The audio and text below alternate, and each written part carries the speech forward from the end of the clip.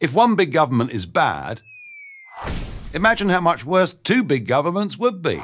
But that's what people living in Europe have to deal with.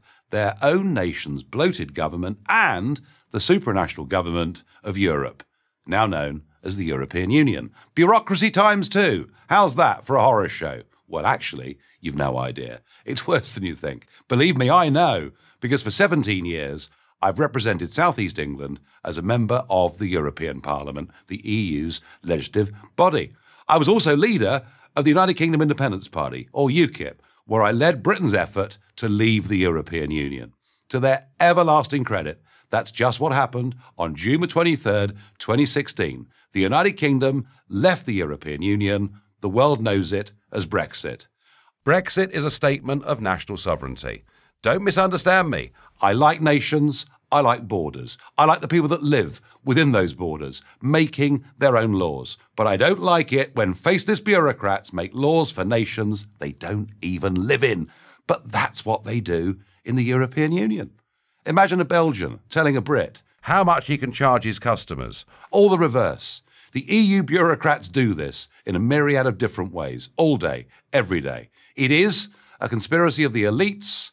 Who are those elites? Well, they're a bunch of self-important, overpaid social engineers with useless college degrees who have never done a proper day's work in their lives and have no connection with ordinary, decent people. I'll take the good sense of an Italian farmer or a French baker over the arid intellectualism of an EU bureaucrat any day. And I say these things not as an anti-European. I love Europe. It's a fantastic, exciting, great continent. Different peoples, languages and cultures. But these peoples, with their languages and cultures, have effectively been hijacked by a giant, ever-expanding bureaucracy, the European Union. People will say, but isn't there a parliament? A European Parliament that represents the people of Europe? Well, yes, but this body has got no real power. It can't make its own laws. Rather, the power resides with the European Commission. They're unelected and they can't be removed. And that's how absurd the whole thing is. The European Parliament meets in Brussels. At least, that's what I thought when I was elected there. But once a month, do you know what happens? They load the contents of our offices and papers into big plastic trunks, and they put those trunks on lorries, and they drive them nearly 400 miles down Europe's motorways to a French city called Strasbourg, where for 4 days the contents of our office and our papers are put into a new office, and the Parliament then sits there.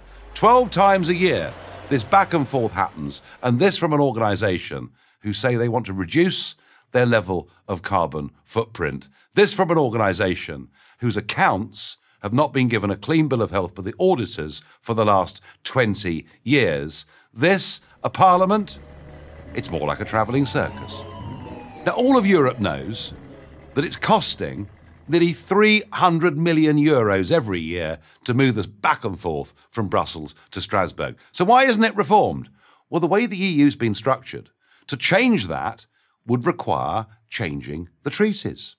And to change the treaties would need all 28 member governments to agree not to go to Strasbourg 12 times a year. And you know something? The French are never going to agree to that because it's in their economic interests for the travelling circus to go to Strasbourg. And it shows you that a system of lawmaking has been devised where not only can the voters not change anything, but the institutions themselves are pretty much incapable of reform. Unfortunately, this is no laughing matter.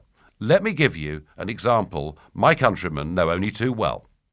The United Kingdom is an island. It's surrounded by the sea. And yet, as members of the European Union, we were only allowed to catch 20% of the fish swimming in territorial British waters. What that meant were tens of thousands of jobs lost in Britain's coastal communities as we effectively gave away the ability to look after one of our greatest resources to a bureaucracy based in Brussels. No wonder we left the EU. Again, I have nothing against Europe, quite the opposite. I want good relations between all the European nations. I want prosperous, free and fair trade between those nations. But I'll be damned if I'm going to give up my rights as a British citizen so that some Eurocrat can tell me how to live. I won't do it, and I'm certain that across the continent, ultimately, the French and the Italians won't put up with it either. I'm Nigel Farage for Prager University. Thank you for watching this video. To help keep PragerU videos free, please consider making a tax-deductible donation.